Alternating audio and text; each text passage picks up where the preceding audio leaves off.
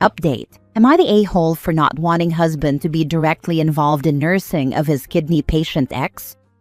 Original post. So I am 35 female and my husband is 39 male. We have been married for 5 years. Before marrying me, he was with his high school sweetheart for a decade. Apparently, they had compatibility issues and then lost contact. Now his ex has kidney failure and is on dialysis. She has come to our city for treatment and, according to my husband, she contacted him through a mutual friend. Now my husband wants to help her. Very politely, I asked my husband, doesn't she have her own people to help and nurse her? Why contact him all of a sudden after years? My husband was pissed and said, how can you be so petty and immature regarding a patient? He told me he expected better from me. Then I said, if the situation is so dire, then let's get her a place in our flat in another locality. And if he is so adamant, then we can finance her nursing facility. What is the need to get personally involved like a nurse? I told him I don't want to be personally involved in nursing his ex or in her medical recovery process, nor do I want to go see her in the hospital with him.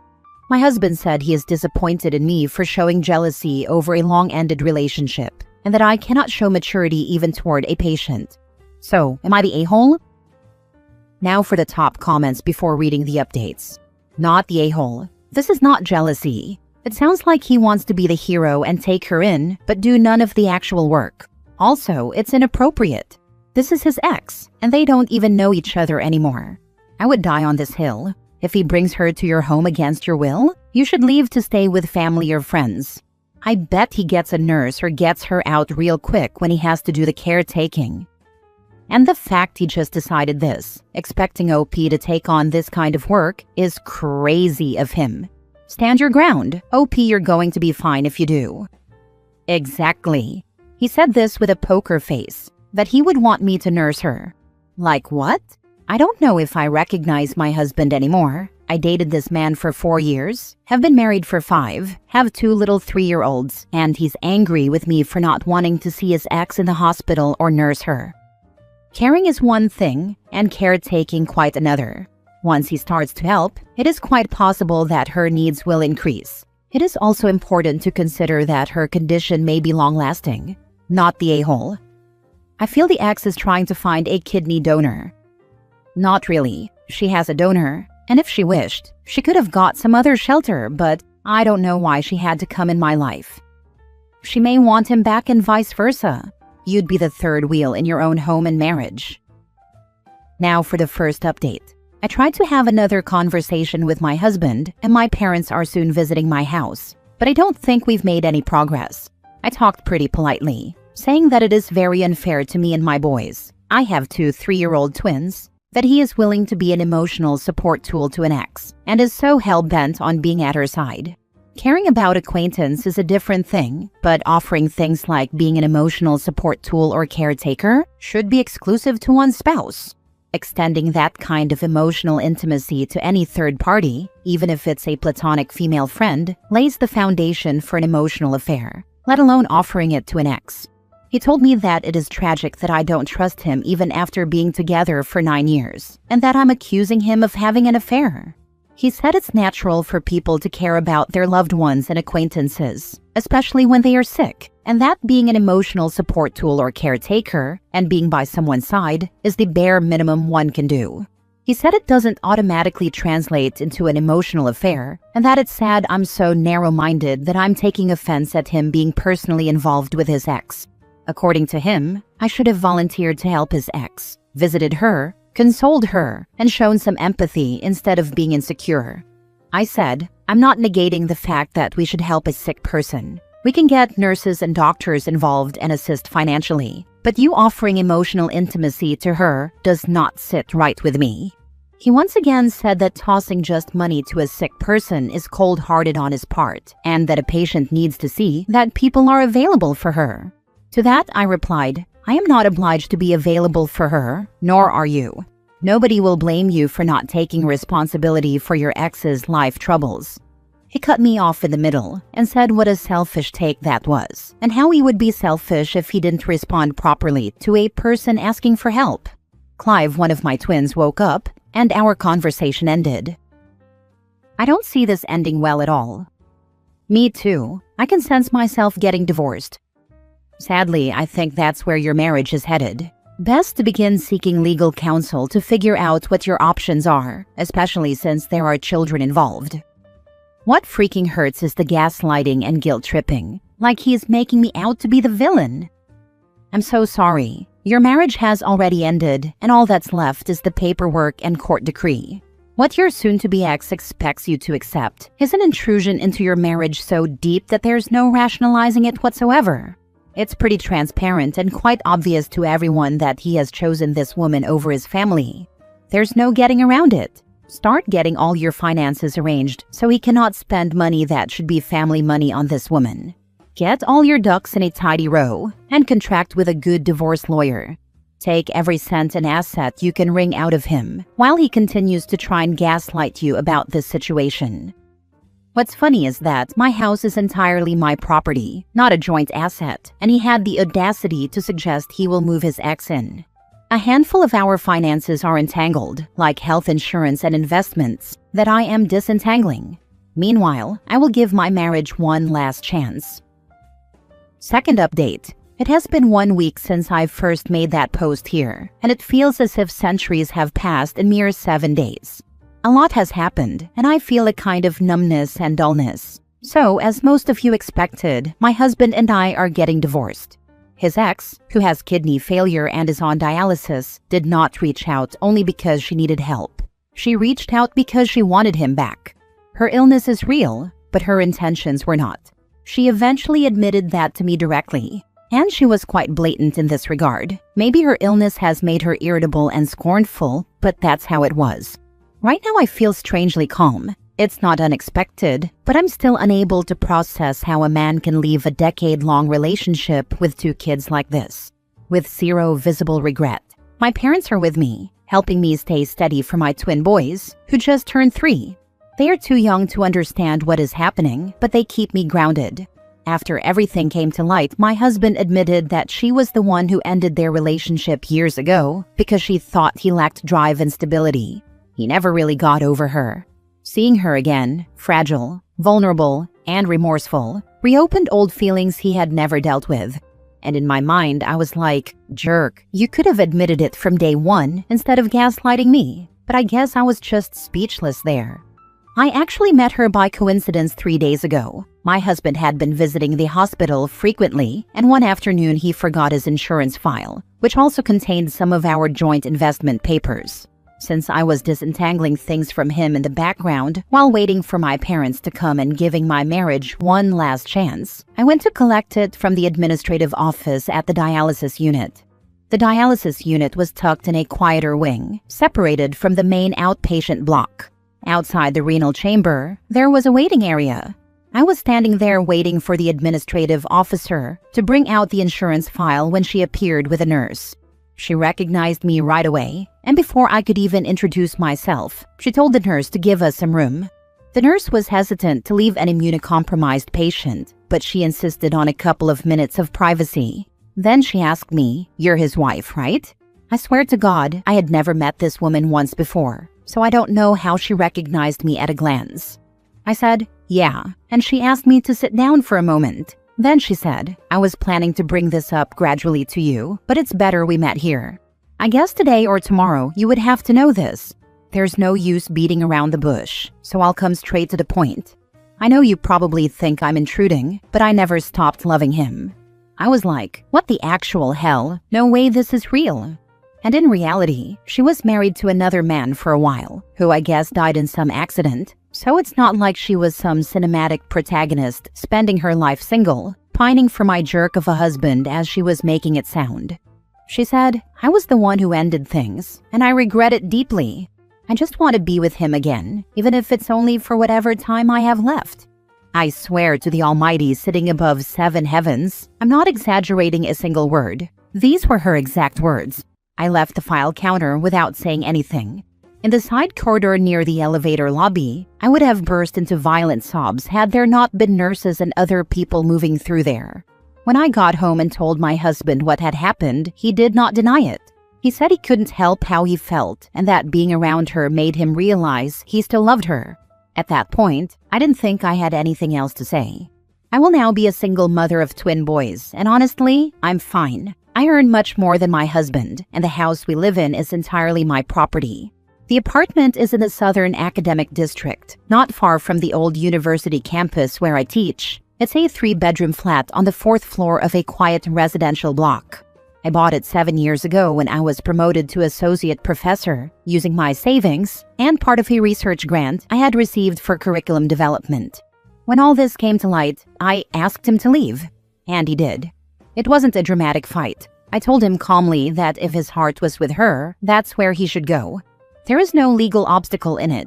He had contributed little to the mortgage or maintenance, and the property was always mine. He did try to bring up that we're intertwined financially in other ways. Honestly, even if it's a partial entanglement, what complicates things now are the shared investments and educational funds we set up for our twin boys. We have a joint mutual fund account, a children's savings bond, and a small commercial investment in a co-working space near the railway junction. The co-working space investment is another area of dispute. Although the capital came from me, the business registration lists both our names for tax convenience, which was his idea. Now he's attempting to claim half the profits from the current lease cycle. My lawyer has filed for a forensic accounting review to prove the monetary trail originates from my personal savings. This is looking exhausting in theory alone, and there are a few more entanglements that would be too much to type. Not to mention the legal proceedings for divorce, which we haven't started yet, and the custody issues still to come. Wow, the dying ex is a trash human, but your soon-to-be ex is one as well. I guarantee after she dies and he grieves, he'll try to crawl back. Screw that. Out of curiosity, do you guys have mutual friends who are taking a side in all this? Not yet. People outside home are unaware of our divorce. We haven't started our official splitting process yet, and we have very few mutual friends, at best acquaintances. I'm a pretty private and introverted kind of person, and my entire circle is from my university. Teachers, researchers, students, and his circle is completely different.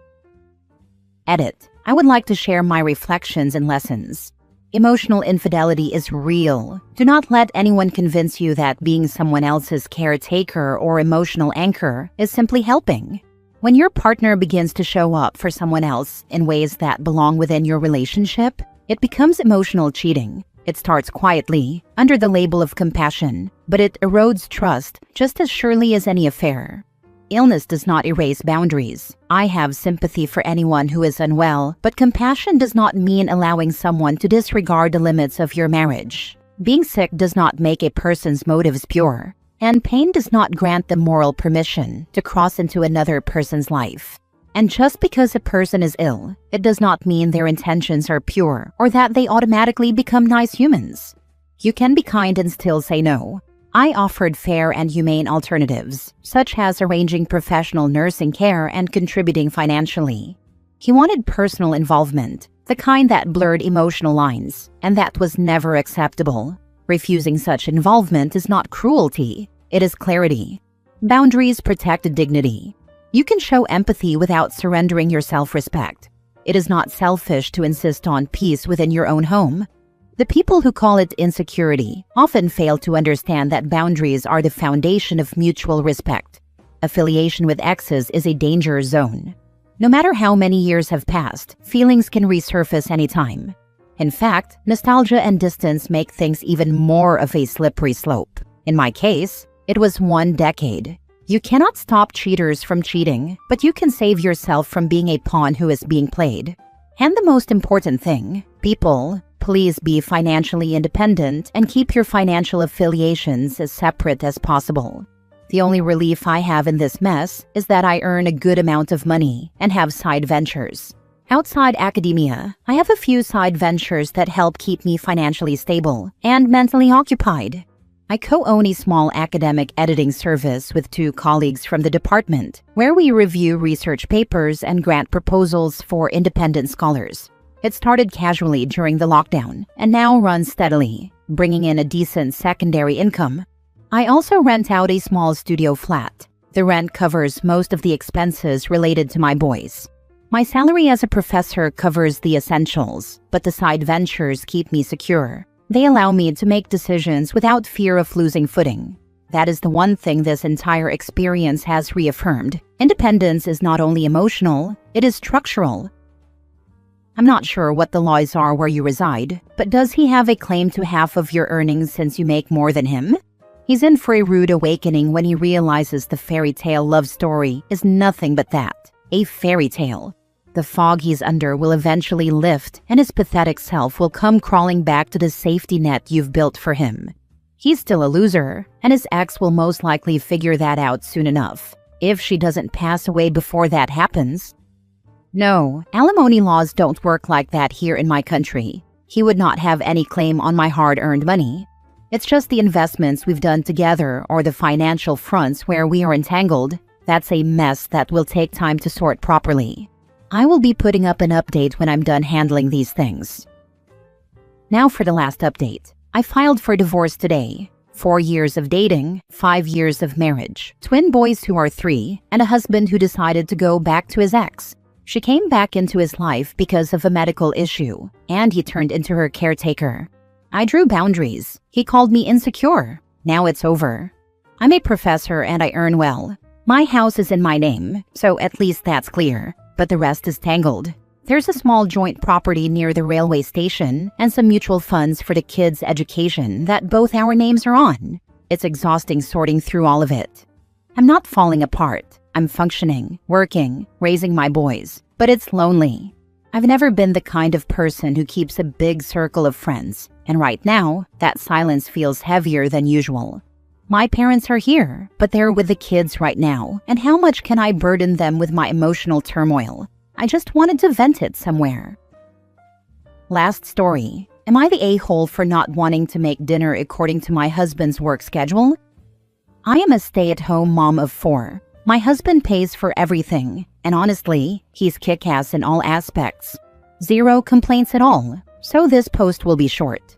Up until last month, my husband worked overnights. He would leave at 2 p.m., get home at 2 to 4 a.m., heat up the food I prepared for him, sleep, rinse, wash, repeat. Well, he switched to days, so now he leaves home at 6 a.m. and is supposed to get home at 5 p.m. But 90% of the time, he doesn't return until 6-7 p.m. It's job-based, basically. I have habitually started to cook dinner at 4 p.m. every single night for the past 8 years. If it's a quick meal, I start later. I have dinner on the table no later than 5 p.m. This gives our children enough time for their bellies to settle, schoolwork to be done, showers to be had, etc., before their bedtime at 7 p.m. for the young ones, and 8 to 9 p.m. for the older two. With my husband's new schedule, he has asked that I start preparing and making dinner at 5 p.m. and have it on the table when he gets home so he can enjoy a fresh dinner, not heat it up. He has asked that I watch his location and see when he arrives back at the shop. And that should determine when I start making dinner, because it takes him an hour to get home from the shop. Am I the a-hole for not wanting to disrupt our kids' schedules to accommodate this? As stated, sometimes he doesn't even get home until 8 p.m. He said, obviously on those days, disregard. Just check my location. And if I'm not back at the shop by 5 p.m., just cook dinner and feed the kids. But that would mean the 2 younger kids only have an hour for their stomachs to settle. I was a pediatric nutritionist prior to this, so I know this isn't a healthy pattern, and it bothers me a great deal. Am I the a-hole for not wanting to switch everything for his schedule change? I have offered to cook him separate food when I see him leaving work, but he wasn't okay with that. He says I do too much as it is, and doesn't want to add to it by creating another task for me. As stated, he's a great man. Edit. Okay, found one flaw in my husband. He does not eat with the family. Not once in 12 years has he ever eaten dinner with us. He eats in silence. Silence from kids' questions and conversations, and relaxes. So he eats in his office and comes out after dinner to hang out. I don't mind. The kids don't mind. They aren't big talkers during dinner either. But this is not a way for him to eat dinner with the family. He literally just wants fresh food. Not the a-hole. You and the kids have a schedule that works. 6 p.m. or later supper really leaves things in a crunch for bedtime routine and wake up for school the next day. Plus, he isn't even willing to text you a heads up. He expects you to repeatedly check his location while also managing 4 kids' after-school routine? Just no. I might compromise and have supper ready for 5:30 or 6 as a static thing, but this will involve rearranging your afternoon and evening routines. But playing check where my husband is every single afternoon? No way. I'm sure, as someone else who had 4 kids at home some years ago, you have more and better things to do with your late afternoon time. Particularly since he doesn't even want to eat with a family. So he wants them to wait to eat, then grab his dinner and say bye and go to his office? Just no way.